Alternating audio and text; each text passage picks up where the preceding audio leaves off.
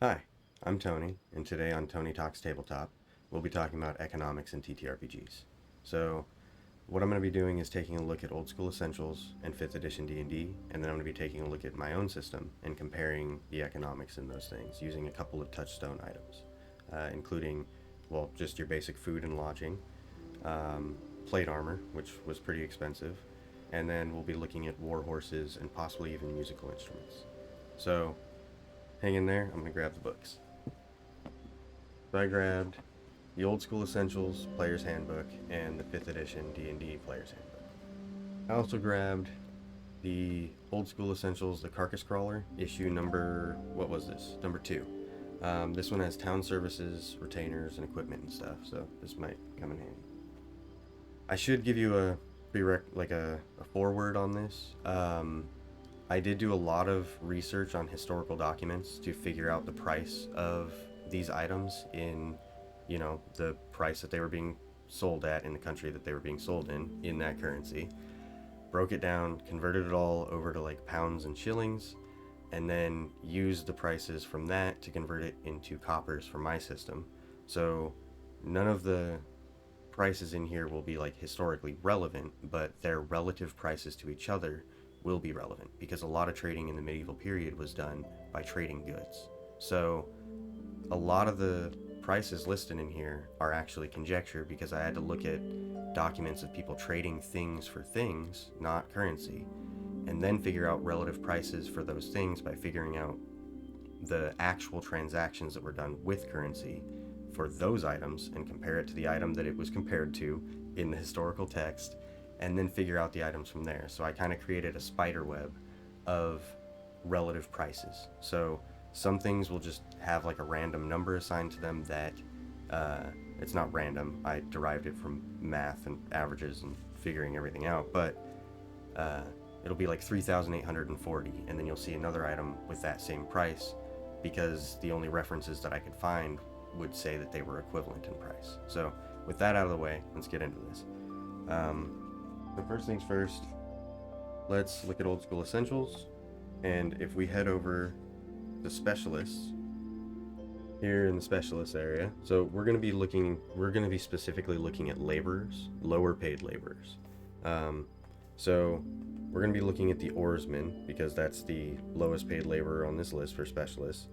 You can hire them for 2 gold pieces per month. So they're only really earning 1/15 of a gold piece per day. Okay, so here in the 5th edition Player's Handbook, we can see lifestyle expenses. We're going to use modest because we're assuming that they're a laborer who's living modestly, like they can't afford much, but they are employed. The rest of the descriptions don't really seem like poor, squalid, and wretched don't really seem like they fit. So we're going to go with modest, 1 gold piece per day, which is 30 gold pieces per month. In my system, a common laborer earns 4 coppers per day, which equates to about 120 per month. So to recap, old school essentials, the lowest paid guy earns 2 gold pieces per month. D&D 5th edition, the lowest paid guy earns 30 gold per month. So 2 gold, 30 gold, and in my system, the guy earns 120 copper. Now we're going to look at the food prices. First, old school essentials. If we go to adventuring gear, we can see that a week of rations, standard rations, cost 5 gold pieces a week. So this guy can't afford to feed himself anything. A head of garlic costs 5 gold pieces. This guy's gonna starve if he has this pay. Now, we go over to 5th edition. In 5th edition, I believe it's right here, next page, yep. We can see that their meals per day for a modest is 3 silver pieces. He makes a gold piece a day, so that's 3/10 of what he makes. He can feed himself. Now if we go to my system, he earns 4 coppers per day, 120 per month if he's working every day. His bread and ale daily needs are only 2 coppers per day, so he makes double that. He can feed himself. Now we're going to look at housing. So town services in issue number 3, right? 2. Issue number 2 of Carcass Crawler. We have here in services, in tavern drink, in tavern food, in lodgings, So in lodgings, cost per night, common room floor is 1 silver piece, which is 1/10 of a gold piece, which is more than this guy earns in a night. So he cannot feed himself or house himself in just a shared room in an inn. Then we go to 5th edition. Modest stay at an inn per day is 5 silver pieces. That, with the total of, he can afford that, and with the total of his food for 3 silver pieces, that ends up being 8/10 of what he earns per day. He can feed and house himself. A commoner in my system, they're just for like a 1-room cottage, it's annual rent, but that annual rent is 120 copper. So he would earn more than enough to make his annual rent with that extra 60 copper if he worked every day, or even just 30 copper if he worked, every other day past those first 2 weeks. So he can afford to feed and house himself. We're gonna look at armor. In Old School Essentials, plate mail, a full set, costs 60 gold pieces. So while this guy can't afford to feed himself, he would be able to earn a full set of plate mail if he saved nothing, or saved everything, and just like scrounged for food and stuff. He'd be able to earn plate mail within like 3 years, I think. So, yeah, doesn't really make sense. Can't afford to feed or house himself, but can afford plate mail if he saves up diligently. Okay, so in 5th edition D&D, a full set of plate mail costs 1,500 gold pieces. So with 30 gold per month, that would take quite a while to save up, which is more realistic. So far, actually, 5th edition is holding up. I gotta give them their props. Okay, so now we're gonna look at plate armor in my system, which has grades to it. So there's munitions grade, which just means that it was mass produced. It's, it's not fitted for you. It's not the best. Then there's good grade, which means it was, good quality, well made, possibly fitted for you, but there's no like filigree, there's no gilding or anything like that. And then you get into noble and custom, which is that filigreed golden, red or blue or whatever kind of crazy customization you want to that. That's that level, which would make you stand out on the battlefield and be much more likely to be, knighted or noticed or whatever. So if we're looking at full plate, munitions grade is 840 copper. So you'd need to save up quite a bit just to get it like a basic set of munitions grade plate, which makes sense. And then you get to good quality, it's 1,680. So just to put that in context, his annual rent is 120 copper. So that's more than a decade's worth of annual rent just for good quality armor. It's a lot to spend. And then you get into custom grade, and that's 14,400. So that is more than 100 years worth of his rent. That's a lot.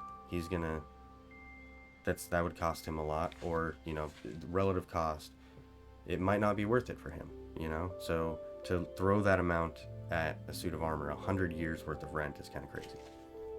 So now that I've talked about armor and, just the fact that, because realistically in D&D, plate mail being worth 1,500 gold, I'm assuming that's supposed to be good grade. It's kind of on point. I imagine, +1 armor with enchantments and stuff like that is going to be the more, like, noble kind of thing. Okay, so now we're going to look at war horses. We're going to ignore old school D&D, like old school essentials, because I don't think economics was their forte. They weren't really planning for that. 5th edition D&D seems to be doing better, but I think this is where they're going to fall short. So we're going to look at war horses and maybe a couple other animals. So if we look at a war horse, they have it listed for 400 gold pieces. So with a modest salary, you'd be able to, well, you wouldn't be able to afford it, but that is equal to, a little under 14 months of a modest salary. So really not that expensive if you think about it. A war horse was like a professional athlete. They did not eat just normal chaff for a horse. You had to feed them like oats and high protein stuff. They were meant to perform at a certain level. And just feeding an animal for long enough to raise it to be able to sell it would cost you a lot more than this if you're feeding it, human food, essentially. The human grade, like high protein stuff. And you have to train it. And, it has to come from good stock. So it just doesn't make sense that it would be 400 gold pieces, especially with the prestige that would come with those animals in the first place. And then on top of that, if we look a little higher, an elephant is 200 gold. That's kind of ridiculous. So just to give some historical context, we're going to look at my system where I did find some pretty good prices for animals. Because a lot of the times that's what people were trading, was animals, grains, stuff like that. So just to put this in context, a rouncy is, it's a warhorse, but it's not a destrier. A destrier would be like the super high quality, elite warhorse. But first, we're going to look at a rouncy. A rouncy in my system is worth 3,840 copper. That is, let me do the math. Okay, so that is equal to 32 years rent for a commoner. And if we look at a destrier, which, like I said, these are derived from actual historical text prices as best as I could convert them into my system. So there's going to be some mistakes, but this is actually an average. So I did find prices that were well above this for destriers being traded and sold to other nobles. The average price for a destrier that I could find, converted into coppers for my system, is 26,000 coppers. So if we do the math on that, that would be equal to almost 217 years rent for a commoner. So now we're going to go back to D&D. So like I said, almost 217 years of rent for the commoner in my system, which is derived from more historical accurate numbers.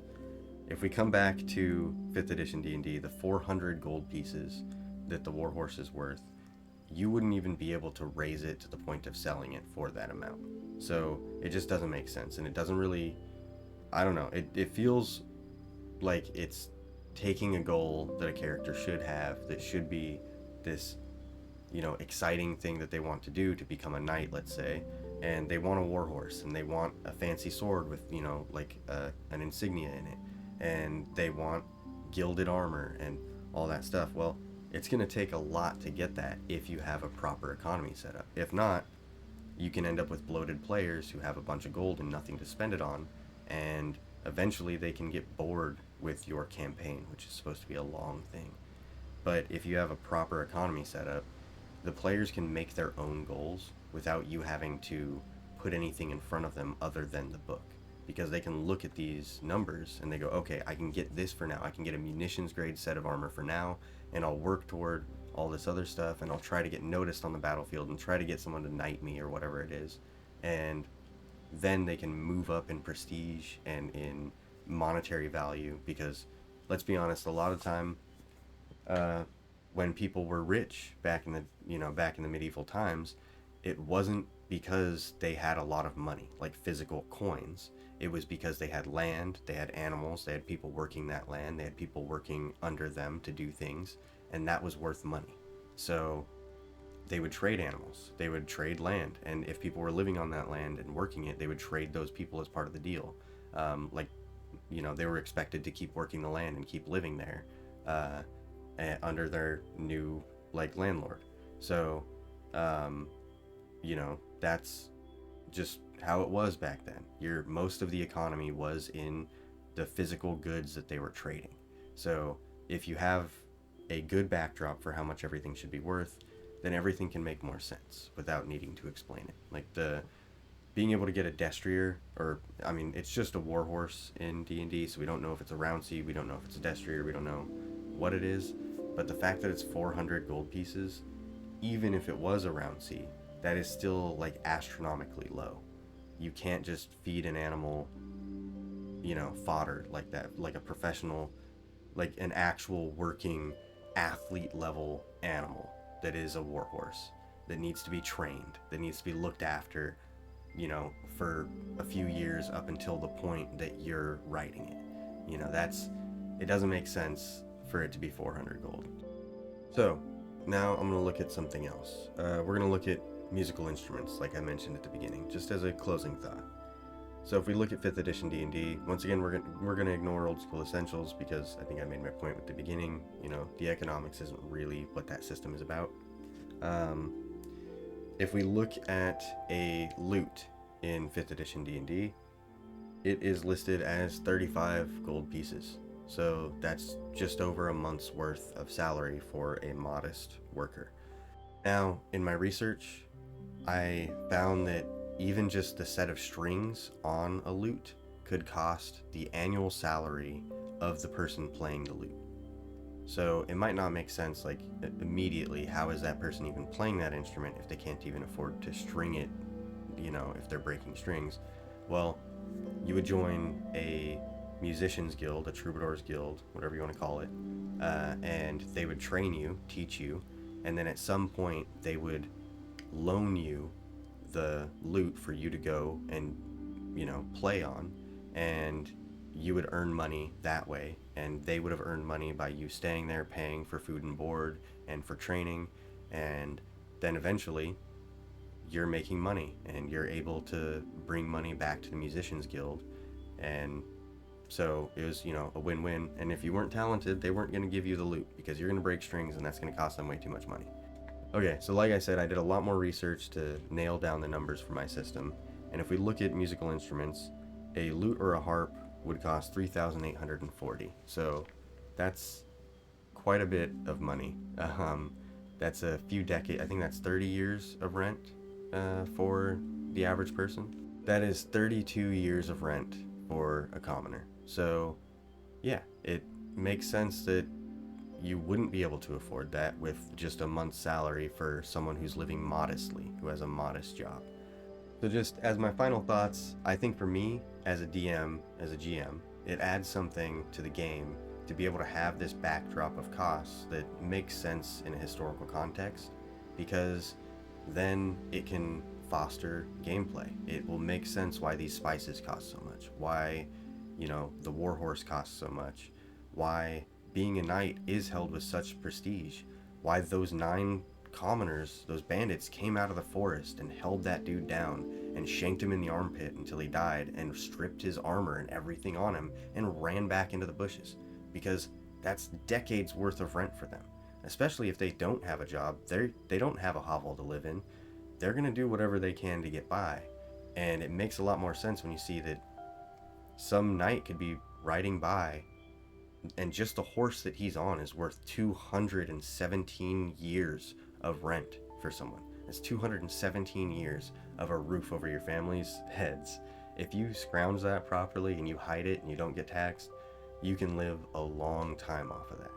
So yeah, of course it's going to motivate people to do despicable things. And if you're able to rise through that system, I think it really shows your character. That's how you become a true knight in a world like D&D, a D&D-ish style world. So for me, I think it adds something to have an economy. I'd like to know what you guys think though, so if you have anything to add, let me know down in the comments. I know this isn't a necessary thing to have in a TTRPG, but it definitely helps me for my system, and it makes sense in my mind. So if it does for you, let me know. If you're on mobile, hype this video. Anything helps. Thanks. Have a good one.